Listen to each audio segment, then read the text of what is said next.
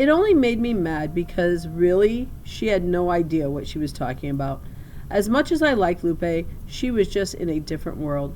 Her and her perfect parents and her perfect dogs. It just wasn't fair. I stood up. I'm sorry, I just need to be alone right now, I told her and walked away.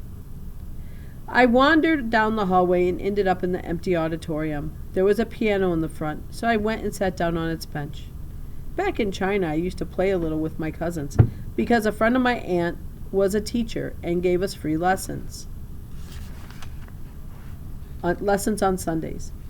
I had learned Beethoven, Bach, and some simple Mozart. Of course, I hadn't touched a piano since I came over here. Gently, I lifted the cover. To my surprise, it wasn't locked. With a trembling finger, I pressed down on the middle C. I closed my eyes, feeling the note. Oh, C, how I've missed you. I picked up my other hand and ran my fingers up and down the familiar black and white keys. Slowly, I began playing Für Elise. I thought I might have forgotten it. It had been 2 long years, but I still remembered it. The notes carried me far, far away. I felt weightless, soaring across an ocean of memories. I thought of my cousin Shen, how the two of us used to get all dressed up for piano recitals, me in my silk kippah, and him in his embroidered chengshan. We'd point at each other in our old-fashioned Chinese outfits and giggle, even though deep down inside we were both so proud to be wearing them. Then, as the curtain rose, we'd mouth, "You can do it," to each other. A flurry of excitement as we stepped onto the stage. Closing my eyes, I could almost see Shen. My fingertips could almost touch him. When I got to the dramatic section, fear poked in. This was the part I used to always mess up on. Why put a scary part in the middle of a beautiful piece? I remember asking my piano teacher. Because life is scary sometimes, little one, he had said. I was only 5 at the time and didn't quite understand. Now, when I played the dramatic section, my chin quivered. I felt a sob building within me as I thought Mr. Yao and how he just took and took and took. How he refused to spend $25 a square foot to protect us, even though $25 was nothing to him. It was probably what he paid for dinner.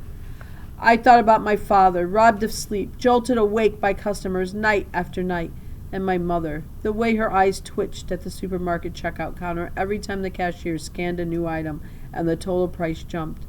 I thought about Hank and his saltine burgers, and Uncle Ming and the loan sharks, and before I knew it, tears were streaming down my cheeks. As my feelings coursed through my fingers into the sad music, I suddenly heard a sound from the back. Someone was in the auditorium, listening to me.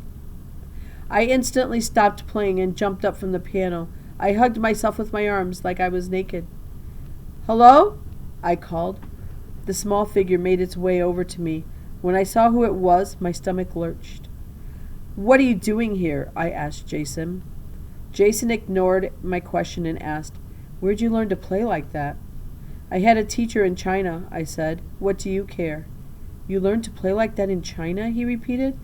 There was a flash of surprise in his eyes. I nodded.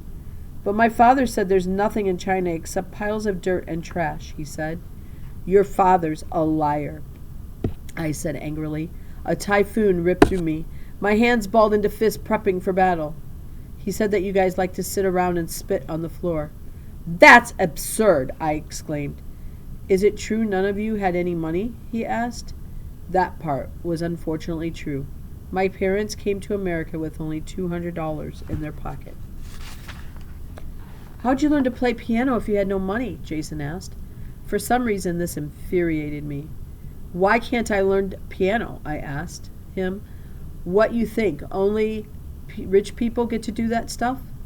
Jason's face turned bright red. "I just meant poor people can do stuff too," I shouted at him as I slammed the piano cover and walked away. And that's the end of chapter 14.